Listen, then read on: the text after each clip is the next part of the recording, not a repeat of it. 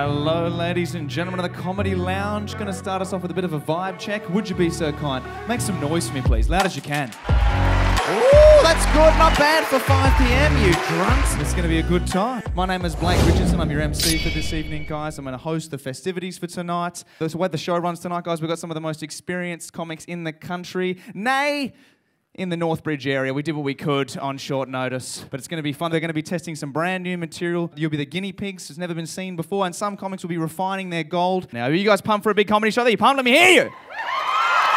Feeling full of confidence. They're just waiting in the wings. But it's a relief to walk out to a warm crowd, to a fun crowd, guys, you know. And before I bring your first act up, you're going to like him very much. I want to share with you what I believe to be the sweetest feeling of relief you can have in modern life. Okay, I had it recently. I was driving along, minding my business, and I saw what appeared to be a cop car in my rear view just behind me. And for some reason, I thought they were after me, of course, Lenny. So I got that instant irrational panic. You know the one? Where your heart rate spikes and your hands go to 10 and 2 on the wheel for the first time since your fucking driving test. Just how I always drive. And I shut the music off as I'd suddenly lost the ability to drive and listen to music Comedy Lounge. In fact, I thought, fuck, driving whilst listening to music might even be illegal. Can't remember, you can't risk it, can you? So I tossed my phone under the passenger seat, couldn't have them thinking I was on the phone. Don't even own a phone, still got a landline. That's what I was prepared to say if they pulled me over. I started indicating out of roundabouts like a fucking coward. I thought to myself, when's my rego due? Oh no, 4 years ago, I'm in real trouble here.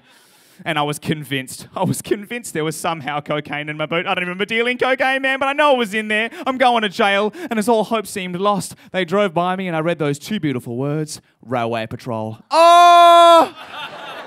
Have you ever had that, Comedy Lounge? It's like fucking heroin, isn't it? They drive by, you're like, oh, you fucking losers. Oh, my God. Oh, you've got zero power. Holy shit. I thought you were fucking people. I just started texting and drinking in front of them, you know what I mean? Fuck you, what are you gonna do? Fake police. Then welcome to the stage, Martin Darcy! Oh man, I was a bit of a late bloomer, you know. I didn't lose my virginity until I was 22 to an older woman. You remember? Your voice is a lot deeper than I remember. Call you daddy later. No, okay. I lost my virginity to this older woman, and it was amazing because she was super experienced. She was giving me tips and tricks during. I was laying on top of her, and she was like, maybe you could try going in and out. It's kind of just parked up in there, handbrake up. Saving on fuel, guys. Have you seen the fucking prices? They're out of control. Story's a lot more true than I would like it to be.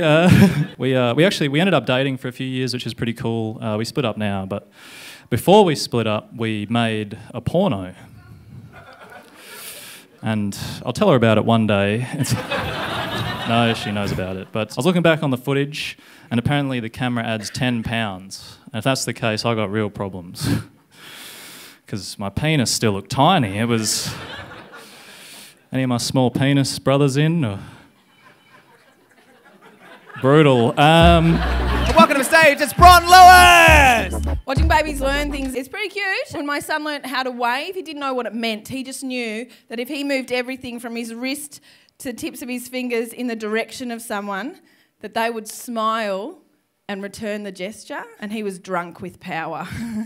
He was getting up earlier, he was going to bed later. He was like, fuck mum, we've got lots on today. It was very cute, but then one time we had to catch a plane. I've got 3 kids. My son's desperate. He wants to wave at every single person. He needs to. He just sees us in this giant metal tube with so many dickheads needing a wave. So I have to get up and walk him up and down the aisle. My daughters are just sitting on screens. They're normal. But I have to walk up and down the aisle with him. And every row we get to, he has to wave at them. Gotcha. Gotcha. Gotcha. Gotcha. And I'm standing behind him. I'm like, have to hold him up. He's a bit wobbly on his legs at this point. My back's sore, my knees are aching. I'm having to have these mindless conversations with people like, yes, he's one. Yeah, he's a Pisces. Yeah, he was a mistake. Keep going, you know. No one wants 3 kids. Anyway, we're going along. Eventually we get to this woman who does not like kids. I know she doesn't have kids because she's got a phone that has no case on it. It's amazing. She's beautiful. She's lovely. My son waves at her and she's just ignoring him, and he gets closer and closer, and she's just acting like he's trying to sell her the big issue, and he's just ignoring that, getting closer and closer. She's just like turning away. Baby's hands are disgusting and they stink. They're always covered in biscuit crumbs and dog fur. We don't own a dog.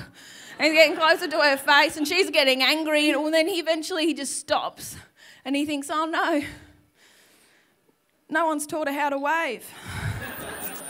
Start hooting and hollering. Welcome to the stage, Andrew. Whoa! Do you bother with psychiatry, man? Just fucking the best mental health plan is denial, do you think? Treat it like drink driving. Don't check the rear view mirror. Yeah, I've clipped a nan, whatever. Do you know what I mean? Just fucking accept your faulty goods. Do you know? Just accept. Just wait until you get to heaven and demand a refund. Going, the wiring's fucked up. My name's Susan. You put me in the wrong body. What are you guys pulling back? Are you religious? Being religious is just an easy way to tell if someone's got a learning disability, eh? As soon as you can read, you realise it's a pyramid scheme for paedophiles, eh? Don't you think? None of it makes sense. I remember growing up, I was like, if heaven's so good, why don't we go there now, Dad? You're absolutely struggling. You work at Bunnings, man. We're in a fucking duplex. Let's fucking call it. We're in fucking Adventure World car park trying to sell hot dogs. Let's go inside. Get on some of the magical rides. My goodness. Comedy's fun uncle. All right, guys, that's the end of our first half short break. Having a good time? A round of applause for all the acts on the first half. So Martin Darcy, Bron Lewis, Andrew Wolf. See you shortly. Mark McGowan was always there for us when we needed him the most. A strong, caring leader serving his state. But now he's out of the picture, and there's no one left to protect democracy from an emerging Nazi. We scale this up, I could be Hitler. Corey Watt has now entered the race for power to strip away the hard work of our past premier. But worst of all, he's accused of rape. Jokes. And he's now looking to rape democracy. Are you gonna do something about it? If you vote Corey Watt, you'll lose your right. What was my friend going about? Numbers. What do they mean? Are we labelled with numbers? What number am I? A 10? Whose number am I dialing? Can we dial the numbers back? Can we travel backwards in time? How long have we got until mental health decay? How long have I been talking for? How many marks am I getting for this task?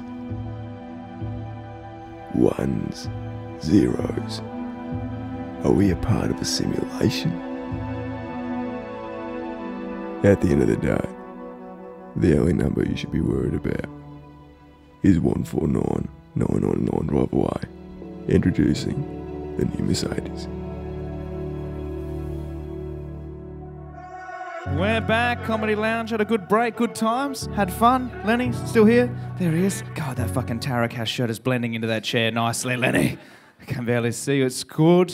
I feel like I'm bonding with you guys. I feel like I want to share a little victory I had recently with you. I booked a small role in a comedy drama series for ABC TV in which I played a young gay man who was invited into an older gay couple's relationship to spice things up, sort of like a third. It was a role that, it was a role that Dad playfully described as one I was born to play, so...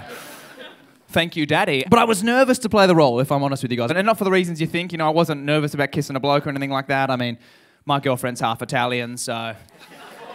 Kissing someone with a mustache? That's just a Tuesday night for me, guys. No, she loves that joke. I was nervous because I actually had my first little nude scene in the show. There was a shot of me coming out of the shower, nothing but a towel, and then I sort of seductively dropped the towel, and there was a shot of my tuchus from behind. And for those of you that haven't been on an acting set, you're not actually naked, okay? They give you what's called a modesty sock or a cock sock in the industry, sir. Basically like a little fabric pouch that you put your bits in, and when I put the modesty sock on, the very first thing I noticed was there was a lot of extra room in this modesty sock. And I called the producer over. I was like, excuse me, is this a one-size-fits-all modesty sock?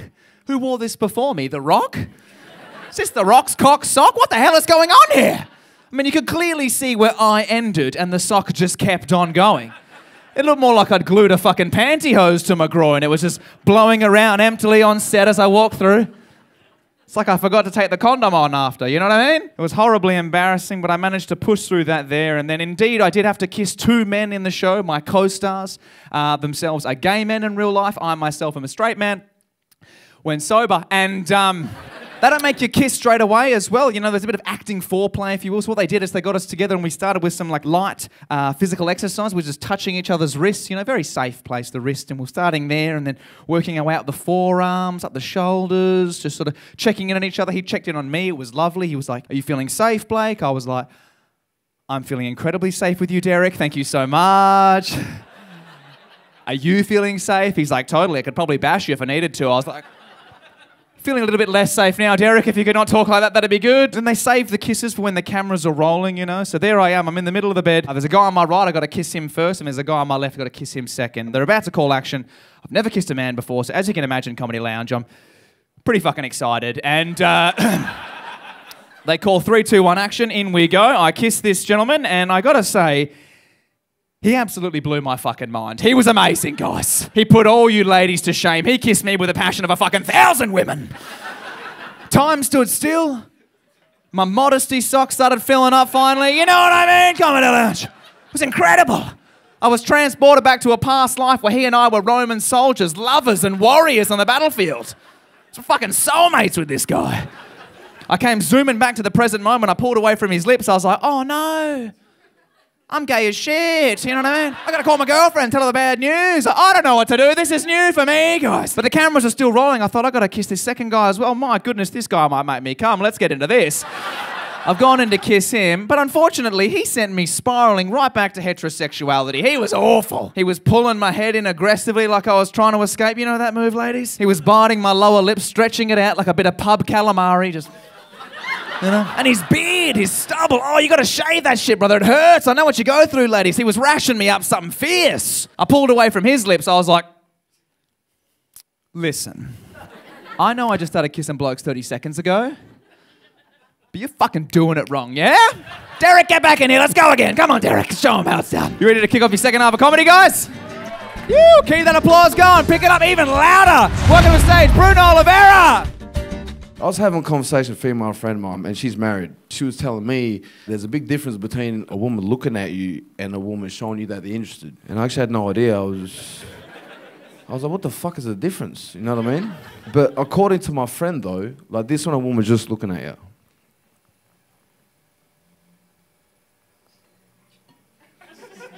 I'm like, okay. And this one, a woman's interested.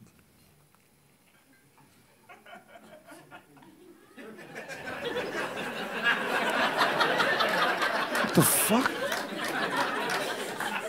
I was like, that's the same fucking shit, man. She says, "Oh, no, it's not. That's why he's single, special ed." I was like, what the fuck, man? Now, that pissed me off when you said that, man, because I used to be a disability support worker. I fucking did, you cunts. No, I used to be a support worker, and my client had a girlfriend. So what the fuck does that make me, then? It makes me a laughing stock of the special needs community is what it makes me. And you know what's fucked up? He actually gave me some dating advice this one time, which pissed me off, but technically knows what he was talking about. But he says to me, he goes, "Hey, Bruno, if you want to meet a nice girl, maybe you should talk about them." I'm like, fuck, man, that's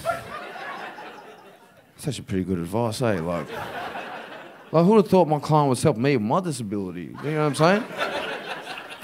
At this point, I can't tell who's the support worker, who's the client.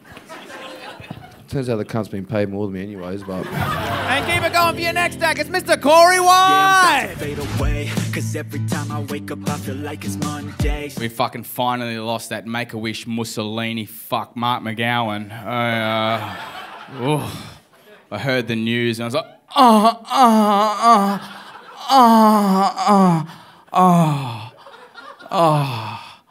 Then I had a nap. I was like, don't fucking talk to me. And, oh, God, how good was that? Has anyone not had the vaccine? Yeah, we're getting more confident. No, we're fucking... Because I tell you what, 12 months ago, I felt like a Jew under the floorboards, you know what I'm saying? And just looking at you like, which one of you cunts would have dobbed me in, you know? It's true, man. I was doing gigs, right? And I was getting in on those fake vaccine passports, right? They were being made by Ukrainian hackers, right? They had Putin on the doorstep. They were thinking about us. And it was just so nice to have something fake for a change that wasn't made in China. And anyway, I got into this gig and I had this crowd in the palm of my hand, right? And I just made this off-the-cuff comment. I said, I hope that fucking virus kills all those unvaccinated scum, the fucking vermin that they are, right? And this crowd, no shit, went up in laughter and applause. My heart sank, because in that moment, I knew I could be Hitler. Right? Right now, this is a fucking open mic in Bavaria, but we scale this up with an economic crisis and a scapegoat, and fucking, hey, bit more better oratory, we can cleanse. Ladies and gentlemen, the time has arrived for our final act of the evening. You've been amazing. We've got a gentleman who's come all the way from Brisbane to perform for little old us. Let's give him all the love in the world. Let's start clapping. Our biggest one yet. Let's pick it up. Start whooping. Start cheering. Welcome to the stage. It's Peter James. I met a beautiful girl in Cairns. I'm in love. I just celebrated my 5-year anniversary, everybody. 5 years. Thank you. Make some noise if you're in love. Sounds like it's going great. Yeah, give us a haunting woo if you think you found the one. Beautiful. Met my girl in Cairns. Her name's Annie James. I'm Peter James. We're not married. Just an interesting thing about us there. I don't know much about love, but I'm pretty sure a necessary precursor to a loving relationship isn't supposed to be Ancestry.com, but it was for us. And results? Hard to say, but we're very much in love. We've got our own things going on in our life. I think that's what keeps us strong. You know, we've got our own hobbies, our own interests, you know, our own careers. She works in government. I'm a comedian. One of us owns a house. And, yeah, fair enough. She owns a house, and I live in her house. It's great. I love living in her house. I've fucked my way into accommodation. I'm thrilled about it. Does anyone live in their partner's house? Make some noise. Oh, mate.